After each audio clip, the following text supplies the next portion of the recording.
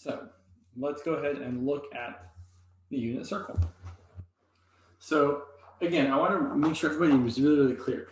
It's called the unit circle because it's a circle with radius 1, centered at the origin. So there's actually a lot of things you can say about this.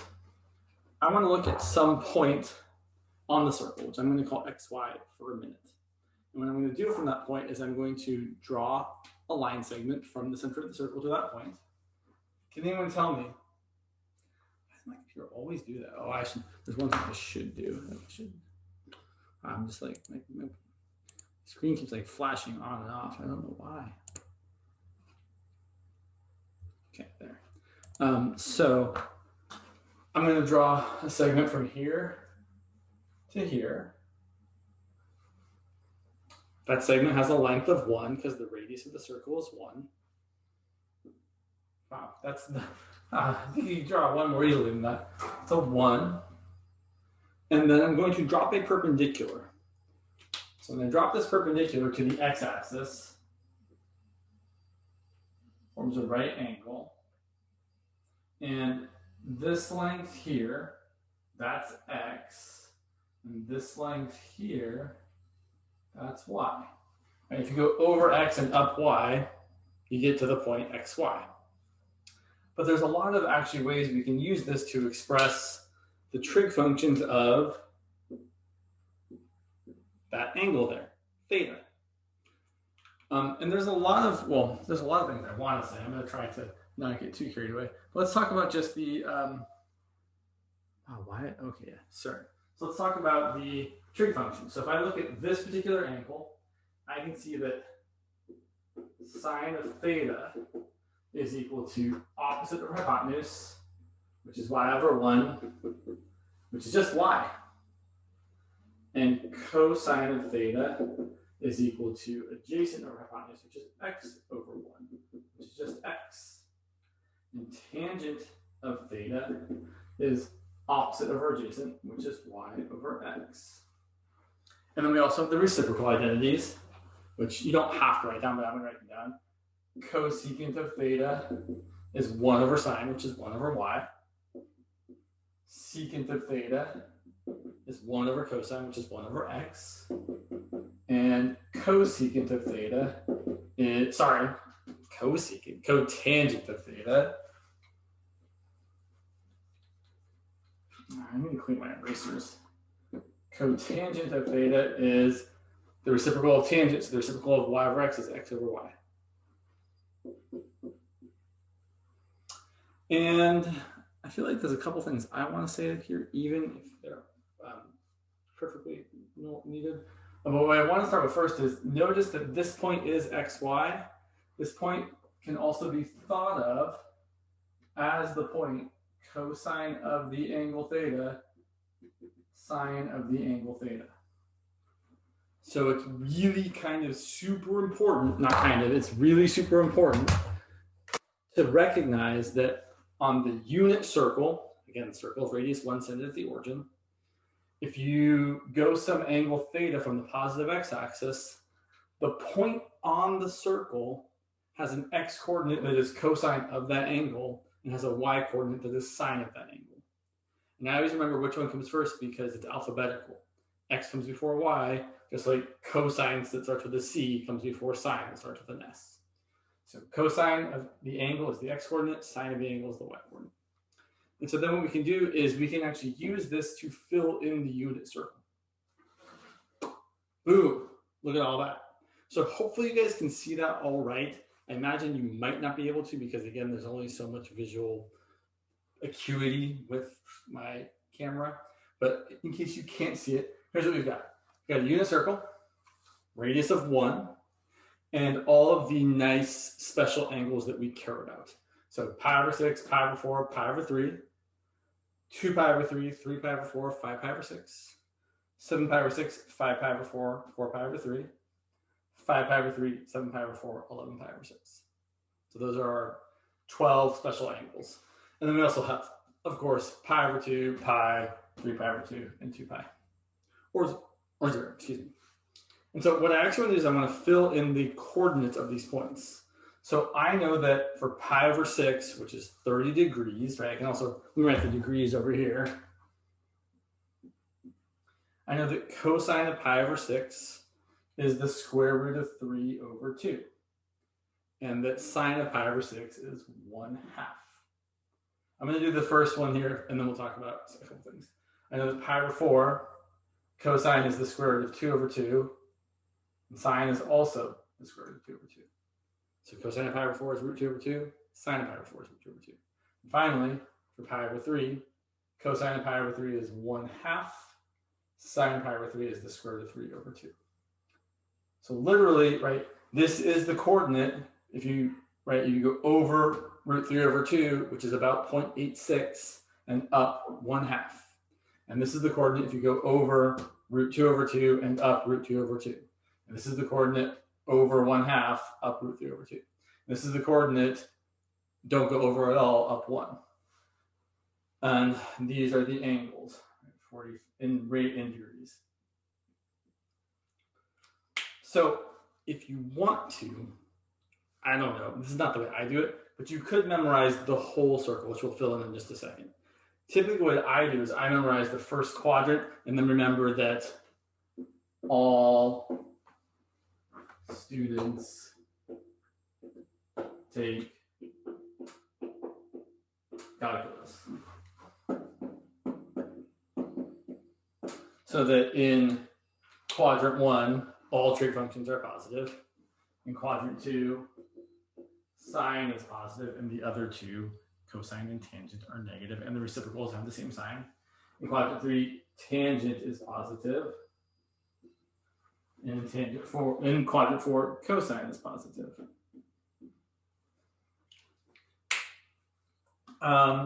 So the thing is here, basically, these reflect across, and the coordinates remain the same, just the signs, the plus or minuses, change depending on if it's cosine or sine. So in the second quadrant here, sine should be positive. So this coordinate here is the same as that coordinate there. Right? The y values are the same. The x values switch to being negative. So this is negative 1/2 root 3 over 2. This is negative root 2 over 2, root 2 over 2. This is negative root 3 over 2, 1/2. Right? So I know that cosine of 2 pi over 3 is negative 1/2. And sine of 2 pi over 3 is positive root 3 over 2. And 2 pi over 3 in degrees would be 120 degrees. 3 pi over 4 is 135 degrees. 5 pi over 6 is 150 degrees. And we can continue on, right? So again, all of the angles that are closest to the x-axis have a reference angle of pi over 6 or 30 degrees. So that's a 7 pi over 6 or a 210 degrees. That's an 11 pi over 6 or a 330 degrees. Right? 30 away from the x-axis. And then this is a 5 pi over 4, which is 225 degrees. It's a 7 pi over 4, which is 315 degrees. This is a 4 pi over 3, which is 240 degrees. And this is a 5 pi over 3, which is 300 degrees. And so then the coordinates are just going to have the same values, except now in this quadrant, they're both going to be negative. So cosine of 7 pi over 6 is going to be negative root 3 over 2, and sine of 7 pi over 6 is going to be negative 1/2. And then for 5 pi over 4, cosine of 5 pi over 4 is negative root 2 over 2. Sine of 5 pi over 4 is negative root 2 over 2. And finally, for 4 pi over 3, cosine of 4 pi over 3 is negative 1/2. Sine of 4 pi over 3 is negative root 3 over 2. One thing I've noticed over the years is that for a certain angle, either sine and cosine are the same up to like disregarding the plus or minus sign. So for the pi over 4s, they're the same. Pi over 4, 3 pi over 4, 5 pi over 4, 7 pi over 4, both sine and cosine are plus or minus root 2 over 2. And then for the other angles, the pi over 6s and the pi over 3s, one of them is 1/2 and one of them is root 3 over 2. So if I say, cosine of 7 pi over 6 is negative root 3 over 2, I already know that sine is either plus or minus 1/2. Because I know once one of them is root 3 over 2, the other one has to be 1/2. So finally, we can fill in the rest of these values. Cosine of 5 pi over 3 is positive 1/2. sine is still negative root 3 over 2. 7 pi over 4 cosine is positive root 2 over 2. And sine is negative root 2 over 2. And finally, for 11 pi over 6, cosine of 11 pi over 6 is positive root 3 over 2. And sine is negative 1/2. So plenty of people will actually memorize this whole thing. I could not, even if I wanted to. What I would instead do is remember these ones in the first quadrant. That sine of pi over 6 is 1/2, and cosine of pi over 6 is root 3 over 2. And cosine of pi over 4 is root 2 over 2, and sine of pi over 4 is root 2 over 2. And cosine of pi over 3 is 1/2, and sine of pi over 3 is root 3 over 2. And then use the reference angles combined with the quadrants to figure out the values in other ones. Yes. Is there anything else I want to say about that before I get too carried away? Not exactly. So I really don't want to erase anything just yet, but I might have to. So are there questions about this before we go do a couple more things? Before, if you have questions, great. But there's one thing I want to say. The idea is that now we can just use the circle to find the trig functions of any angle.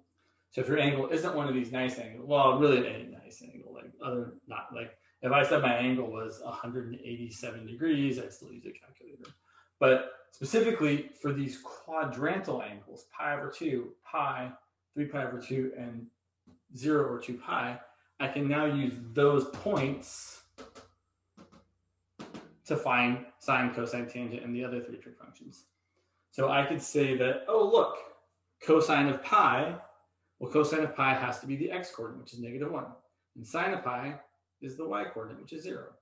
So that's one of the great things about the unit circle is it allows us to find trig functions of angles that can't really be drawn in triangles, like 90 degrees or 180 degrees. So you can't have a triangle with an 180 degree angle or a 270 degree angle or 3 pi over 2 radians. So I don't really want to erase this yet either. I guess I have some room over here. So there's two angles I want to evaluate real quick before we get going. So I want to find, say, sine of 3 pi. So where does 3 pi land? Sounds like I'm talking about pi land, like a place where there's the land of pies. No, where does 3 pi end up? Well, there isn't any 3 pi on my circle, so I have to think about what's coterminal to that. So 3 pi, well, a full revolution is 2 pi, and then it's another pi around the circle. So 3 pi, I'm going to erase some of this here so I can figure out. 3 pi actually looks like I've gone one full revolution and then ended up back right there. So if I'm trying to find sine of 3 pi, I'm actually finding sine of pi. So sine of 3 pi, not that you have to write this, but you could write, hey, that's equal to sine of pi. And sine of pi is 0. In a similar way, cosine of 3 pi is the same as cosine of pi, which is -1. And I'm going to save that for a minute. Yeah. So before we get too much further into things, I do want to talk about a couple trig identities. And there's some really important ones, namely the two following ones. So you might have already looked at this and noticed that you could write tangent as y over x, which is sine over cosine.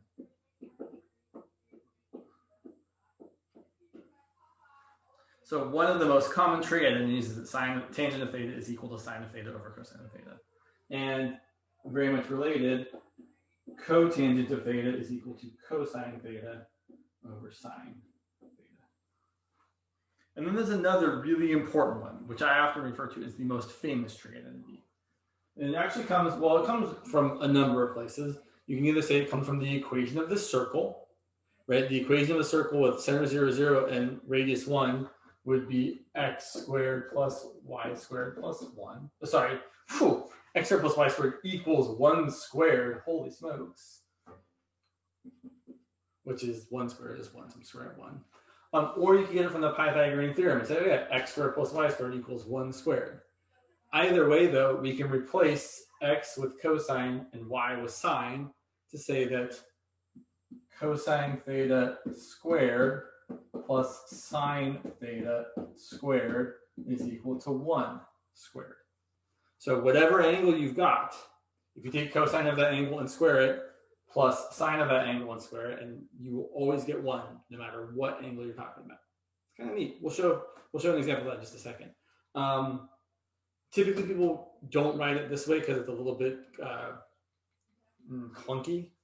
There's an abbreviated way of writing cosine theta quantity squared, which is cosine squared theta plus sine squared theta equals 1. This still means the same as that. This means take sine of your angle and then square it. Take sine of your angle and then square it. It's just a more compact way of writing it. I think I can erase this now. Yeah, I'm going to erase this now. So I don't want to erase that. Oh well. Oh, actually, that's fine. So I want to do two things. I want to I don't know why I wrote 1 there. I want to show that that trig identity is true. This trig identity here is true for, let's say, the angle 4 pi over 3. So let's let theta equal 4 pi over 3. And I want to show that it actually is true that cosine squared of 4 pi over 3 plus sine squared of 4 pi over 3. I'm not going to say it's equal to 1 yet. I'm going to show it to them. So if you're trying to show something is equal to a number, you shouldn't start off by saying it's equal to that number because you said, oh, they're equal, even though we don't actually know that yet. We're pretty sure, but we actually want to do the work. So let's go back and look at our chart here. Here's 4 pi over 3. Cosine of 4 pi over 3 is negative 1/2. Or we could have said, oh, I know that cosine of pi over 3 is positive 1/2. And since 4 pi over 3 is in quadrant 3, it's going to be negative 1/2. So this is going to equal cosine of 4 pi over 3, which is negative 1/2 squared plus, okay, sine of 4 pi over 3. Well, here's what we know. If cosine is negative 1/2, sine is either plus or minus root 3 over 2. But again, 4 pi over 3 is in quadrant 3. All students take, right? Take is tangent's positive, so sine is definitely negative. So sine of 4 pi over 3 is negative root 3 over 2 squared. But now I'm going to square these things, and look what I get. I get negative 1/2 squared, which is positive 1/4. And negative 1/2 squared is just 1/2 times 1/2. Sorry, negative 1/2 times negative 1/2. And negative root 3 over 2 squared is negative root 3 over 2 times negative root 3 over 2. Negative times a negative is a positive. Root 3 times root 3 is 3. 2 times 2 is 4. And 1/4 plus 3/4 is 1. Check. It works. Okay. The other thing I want to do is talk about finding all the trig functions of one of these quadrantal angles, like 3 pi over 2. So I want to find the 6 trig functions of theta equal to 3 pi over 2. Okay, and I know I just erased the trig identities. That's okay. We can still figure it out. We know what sine and cosine and tangent and everything is. So let's take a look. So first of all, 3 pi over 2, let's just draw it over here. So here's my little unit circle. Often when I'm dealing with a quadrantal angle, meaning one of the angles that's on one of the axes, I'm going to just label these 4 points on the circle, on the unit circle. I often call these, although it sounds terrible, the 4 corners of the circle. I know circles don't have corners, but it's easier than saying the 4 directions of the circle or the 4 something else about it. So this is the point 1, 0. This is the point 0, 1, negative 1, 0, and 0, negative 1. And I know that 3 pi over 2 is that angle down there. Right? So I'm looking, boom, right there. Sine and cosine should be super duper easy. Typically we do sine first when we're doing this, but I guess, yeah. So sine of 3 pi over 2. And I saw a few people on the last homework I graded. Some people didn't write the angle, whether it was theta or the actual angle in there. We really, really, really have to write the angle. Otherwise, I don't know what you're taking sine of. So please, in the future, make sure you write sine of something in there equal to, in this case, it's going to be the y coordinate, which is -1. I will also mention it's incorrect to say sine of -1. I mean, it's not incorrect to take sine of negative, but in this particular problem, right, we're not finding sine of -1. We're finding sine of the angle 3 pi over 2, and it happens to be equal to the value -1. So cosine of 3 pi over 2 is going to be the x coordinate, which is 0. And then the rest of it all is going to kind of fall out nicely if we remember how things work. So I know that tangent is sine over cosine. So tangent of 3 pi over 2, you could either do it as sine over cosine, which is -1 over 0, or you could do it as y over x, which is -1 over 0. What quadrant? That's an excellent question, Jonathan. The answer is it's not. So quadrantal angles, 0 radians, pi over 2 radians, pi radians, 3 pi over 2 radians, 2 pi radians, et cetera, et cetera, et cetera. Those aren't in any quadrant, which is kind of weird, but it's true. Quadrantal angles, angles that are in quadrants have to be not equal to 90 degrees or 180 degrees or 270 degrees or 360 degrees. So yeah, good question. These angles are not in any quadrant. Tangent to 3 pi over 2, -1 over 0. Division by 0 is not a good idea. Division by 0 is undefined. So tangent to 3 pi over 2 actually, we typically write, does not exist. All right, let's do the reciprocals. The reciprocal of sine is cosecant. Cosecant of 3 pi over 2 is going to be 1 over -1, which is -1. And secant of 3 pi over 2 is going to be the reciprocal of cosine of 3 pi over 2, or 1 over x. It's going to be 1 over 0. 1 over 0 does not exist. So if you're getting division by 0, you say, oh, that thing is non-existent. It's not infinity, it just does not exist. And then finally, cotangent of 3 pi over 2. That's going to be, let's see. So I know that cotangent is cosine over sine. That's going to be 0 divided by -1, and 0 divided by a non-zero number is 0. Just like 0 divided by 2 is 0, because 2 goes into 0 times. -1 goes into 0 times.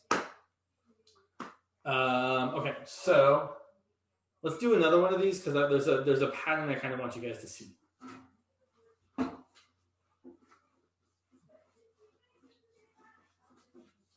So let's erase my circle. So let's do the same. Let's do the trig functions of theta equal to 2 pi. So, and again, right here's my circle I just erased. I know I'm over here, right? That's 2 pi, where the point is 1, 0. So I know that cosine, I usually start with sine. I usually start with sine so I can say that sine over cosine equals tangent. That's why I like to start with sine first. So sine of 2 pi should be the y coordinate, which is 0. Cosine of 2 pi should be the x coordinate, which is 1. And tangent of 2 pi should be 0 divided by 1, which is 0. Cosecant of 2 pi is the reciprocal of sine. And the reciprocal of 0 means you're dividing by 0. The reciprocal of 0 is always going to be undefined or does not exist. Secant of 2 pi is going to be the reciprocal of cosine. So that's going to be 1 over 1, which is 1. And then finally, cotangent of 2 pi is going to be the reciprocal of tangent, which is 1 over 0, which does not exist. Or you can say it's cosine over sine, which is 1 over 0, which does not exist. Or you can say it's x over y, which is 1 over 0, which does not exist. I don't like to write equals does not exist because you can't really be equal to something that does not exist. But if you write equals does not exist, I won't like knock you for it. But I would prefer you just write thing does not exist. Something to notice, and this is always true for the 6 trig functions of quadrantal angles. When you're finding the 6 trig functions of quadrantal angles, 2 of them will be 0. 2 of them will not exist, and 2 of them will be the same value that's either positive or negative 1. Same is true here. 2 of them are 0, 2 of them do not exist, and 2 of them are negative 1. Always going to happen. You're always going to get 2 zeros, you're always going to get 2 non-existing, and you're always going to get 2 that are either both 1 or both negative 1. Always happens for a quadrantal angle. Kind of neat. Kind of. A little bit neat. Okay, let's see what else we've got here. Oh yeah, let's do that. That's it, yeah. So again, I will point out, if you want to, you can memorize this trig, this unit circle with all these angles on it. I don't recommend it, especially in the current climate where you can look things up. I probably wouldn't devote so much energy to memorize the unit circle. However, I will say, you want to be able to evaluate trig functions with some rapidity, right? Meaning quickly. You don't want to have to use a calculator every time you're going to find cosine of 60 degrees or sine of 3 pi over 4 or tangent of whatever. So you want to kind of practice doing these without a calculator or without a reference source so that you are able to do them quickly. Because although it's not the bulk of what you're going to be doing in either 16 or 17 or 21A, there's enough trig in each of those classes, less so in 16A, but there's still enough trig in all of those classes that you do need to be able to evaluate the trig functions, and you don't want it to be the thing that's holding up your ability to do the rest of the math. So I would encourage everybody to work somewhat hard at getting these down so that you know that sine of pi over 6 is 1/2 and the cosine of pi over 6 is root 3 over 2. There is a finger trick. There's a lot of videos back in section, I think, U, I want to say, in class U. There's a lot of videos about different ways to memorize the trig functions, especially sine and cosine of these first 3 values. One way people do these first, actually I should say these first 5 values. Yeah, I'm going to do a quick thing here real quick. So a quick thing real quick. So one way people memorize these, which I have always thought was clever, and again, usually we just talk about the primary 3 trig functions, and then we let the other 3 trig functions just be the reciprocals. So I am going to make a real fast chart of sine, cosine, and tangent.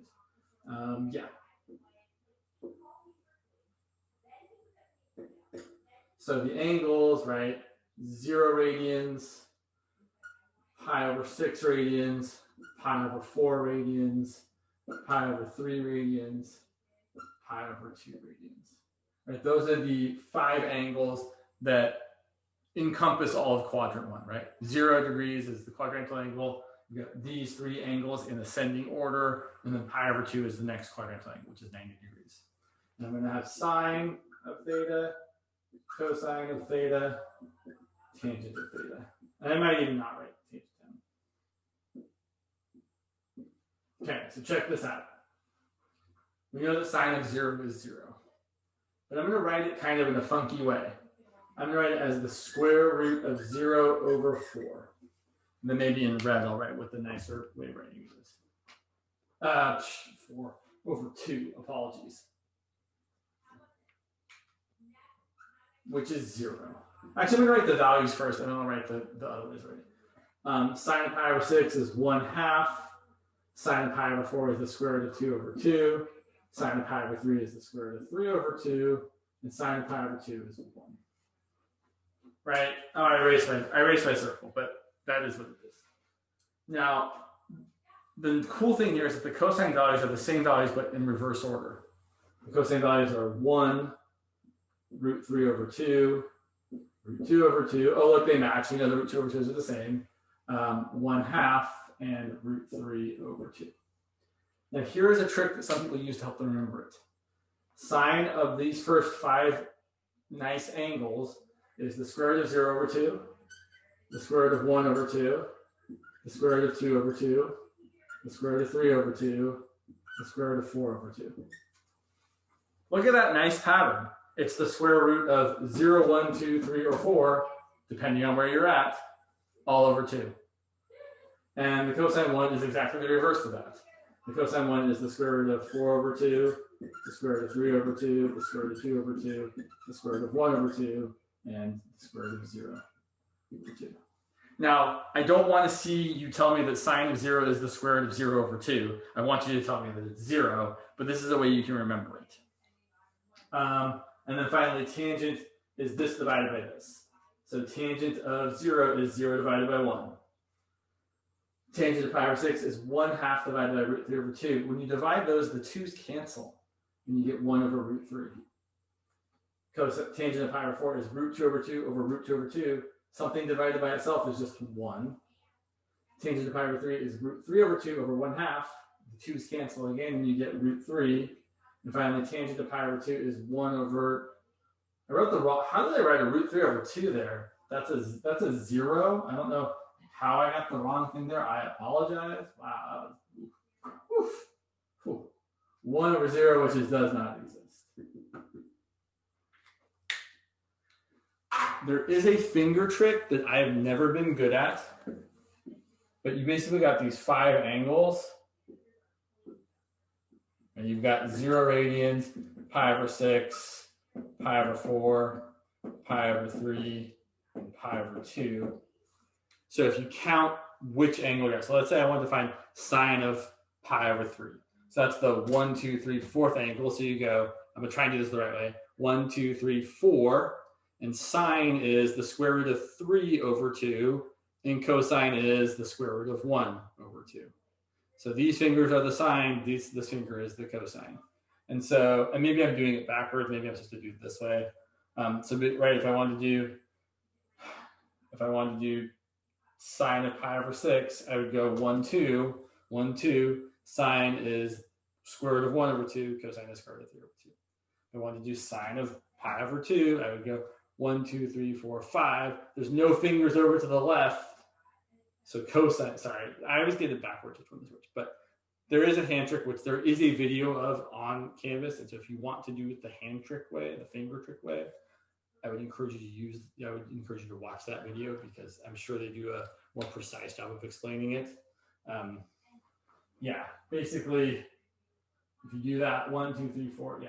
These fingers on this side are the sine value fingers, and these fingers on this side are the cosine value fingers. All right, enough of that.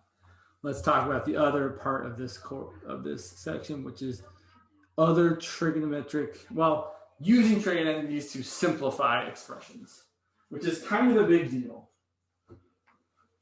So especially when you get to, I want to say, the second quarter of calculus, and you start doing integration, a lot of times you have to simplify trigonometric things, expressions.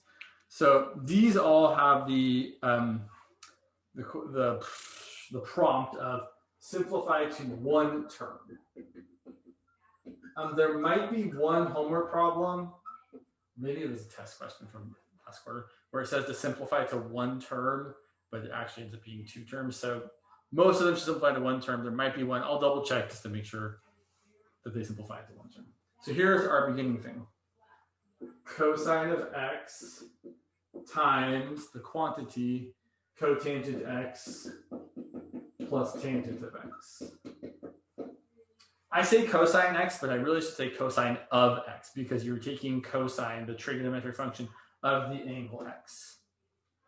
Not that there's any particular value there, but just that's what it means. So I want to simplify this to one term. And cosine times cotangent doesn't really mean anything, right? If I distribute this now, it's not going to feel like it means a whole lot. I feel like I want to kind of deal with this part here.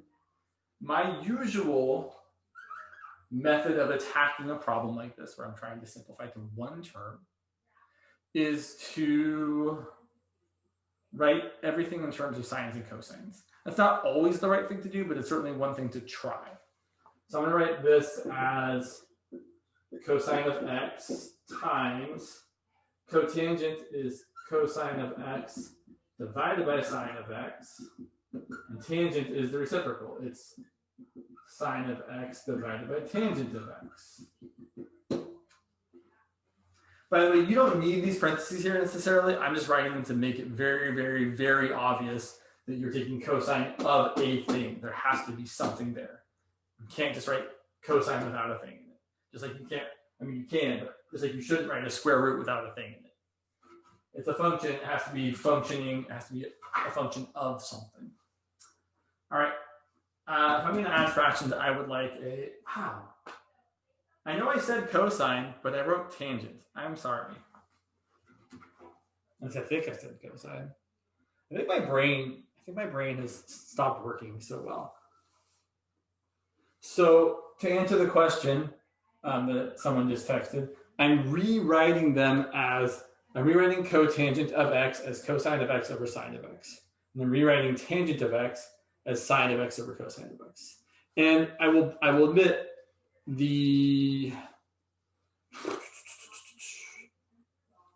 kind of driving force behind this might not be super clear yet, but the job we have been given is to simplify this expression to one term. And since I don't really know what else to do, this is one method that usually ends up getting me somewhere.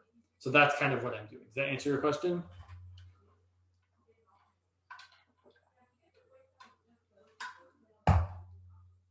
Yes, no, maybe so.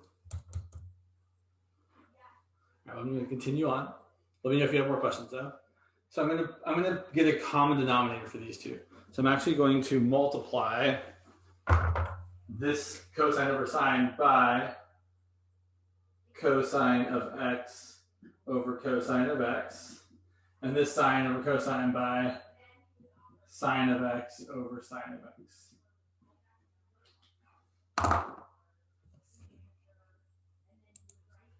Oh, so good question. So how is cotangent equal to cosine over sine?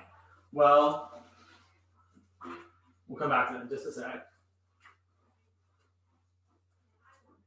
So if you recall in the triangle, so you can do it in a triangle or a unit circle. So in a triangle, where I'm calling this x, this y, and this r, I know that cosine of theta is equal to adjacent over hypotenuse. I know that sine of theta is opposite over hypotenuse. And I know that cotangent of theta is, it's not tangent, which is opposite over adjacent, it's adjacent over opposite. But look, cosine theta divided by sine theta is equal to x over r over y over r. But when you divide fractions, you flip the bottom one and multiply.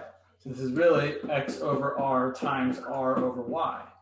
The r's cancel, and you get x over y, which is exactly cotangent of theta. So that's why we can write cotangent theta as cosine over sine.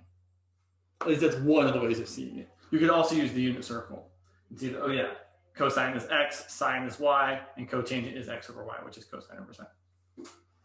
Good question. So let's simplify this inside here. We got cosine of x times, so this fraction now has a common denominator. It's cosine x times sine x. It's cosine x times sine x. So I'm going to get one big fraction where the denominator is cosine of x times sine of x. And the numerator is going to be this plus this. Cosine times cosine is cosine squared of x. Sine of x times sine of x is sine squared of x. And can everybody tell me what cosine squared x plus sine squared x is supposed to be equal to? Always, no matter what x is. Type it in the chat. It's like one thing to type. Yeah, exactly, Aaron. It's 1. So this ends up being cosine of x times 1 over cosine of x times sine of x. And then we can cancel this cosine on top with this cosine on bottom. And then my almost final answer is 1 over sine of x. But we can rewrite 1 over sine as cosecant, and we should. So this is actually cosecant of x. So all this mess really simplified down to cosecant of x. And this might be important if, say, someone asked you to find the derivative of this giant mess, which I know we haven't talked about derivatives yet, but if someone did ask you to find the derivative of this, you would, if you're doing it this way, you'd have to use the product rule, and it would just be ugly. Whereas the derivative of this is like 1 step. So it's really, really good to be able to simplify things and do simpler things, which I guess you don't really need to say simpler because that's what the word simplify means. Okay, let's do the next one. This is probably the last one we'll get to. There are a couple extra examples on the notes. If you look at the completed notes class V_James, there's a couple of examples that I'm not going to get to. Does that say sine? So I'm not sure if you're writing what you mean to be writing, John. Person who is chatting me with privately. So this says, is cosine x over sine? I'm not sure what you mean exactly. So this says cosine of x times 1 over cosine of x sine of x. And then I canceled the cosine on top here with the cosine on the bottom here. So that's equal to 1 over sine of x. And then that's equal to cosecant of x.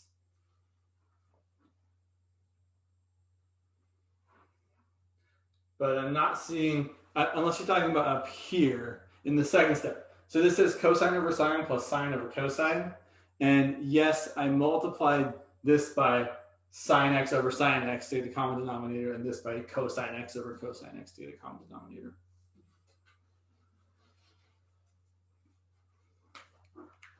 So let's do this last one. I want to simplify sine of x over, what have I got here? Secant x cosecant x minus cotangent x. Secant of x, cosecant of x, minus cotangent of x. And again, I'm trying to simplify this down to 1 term. So I'm going to go to my usual playbook. And right now, we don't have a lot. We're going to develop a few more things in the next class. At this point, I can just really write sines and cosines. And actually, I can write things in terms of sines and cosines, and I can also use the trig identity sine squared plus cosine squared equals 1. That's kind of all I've got. So I'm going to rewrite secant and cosecant and cotangent all in terms of sine and cosine. So let's write it over here. Sine x on top over, so remember, secant of x is the reciprocal of cosine. So I'm going to write that as 1 over cosine of x. Cosecant of x is the reciprocal of sine. So I'm going to write that as 1 over sine of x. And cotangent of x, just like last time, is cosine x over sine of x.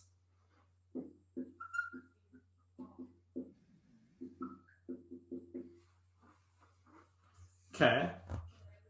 So there are a couple ways we can go from this step. I would probably default to getting a common denominator for these two fractions that I'm trying to subtract together. Specifically, since this part here has a denominator of cosine times sine, I just need another cosine in the denominator here. So I'm going to write this as, oh, and I forgot a couple of trig identities I didn't write down exactly. Something's weird going on here. I feel like I'm having trouble admitting people. So I'm going to multiply this by, I need a cosine. So cosine x over cosine of x. So let's see what we get. I get still sine x in the numerator. In the denominator, this product is going to be 1 over cosine x times sine x. And this is going to be cosine times cosine, so cosine squared over sine x times cosine x.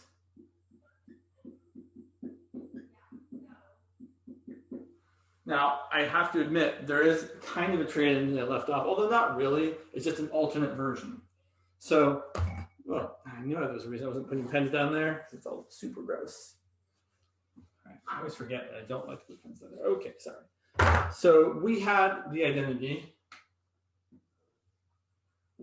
Right, we have the identity cosine squared x plus sine squared x equals 1. But there are two alternate versions of this.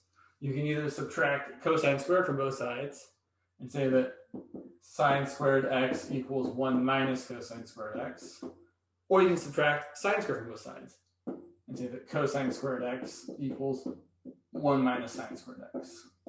So if you see either 1 minus cosine squared or 1 minus sine squared popping up, you can replace that with what it's equal to. So I'm going to rewrite this as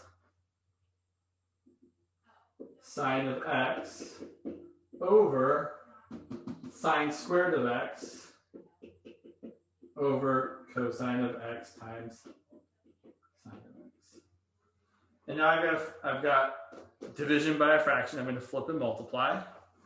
So I'm going to say that this is equal to sine of x times the reciprocal of this, which is cosine of x times sine of x over sine squared of x.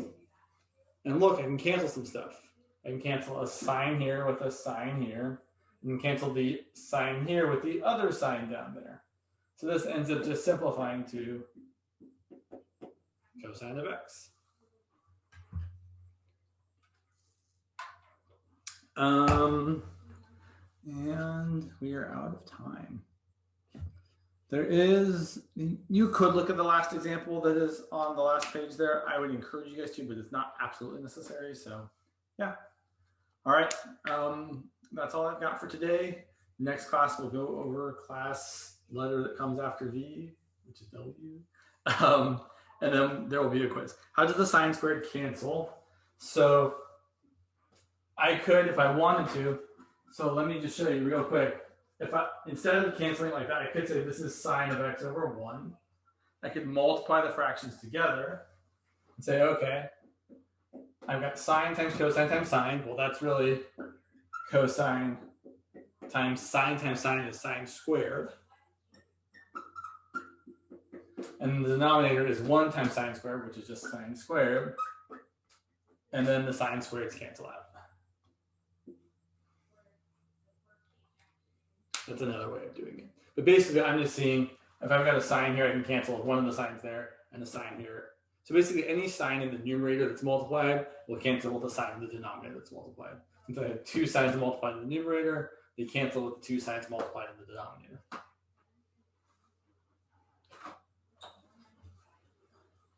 Is that minus sine x over 1? There is no, that's equal to. Sorry, I know sometimes it's hard to see the things.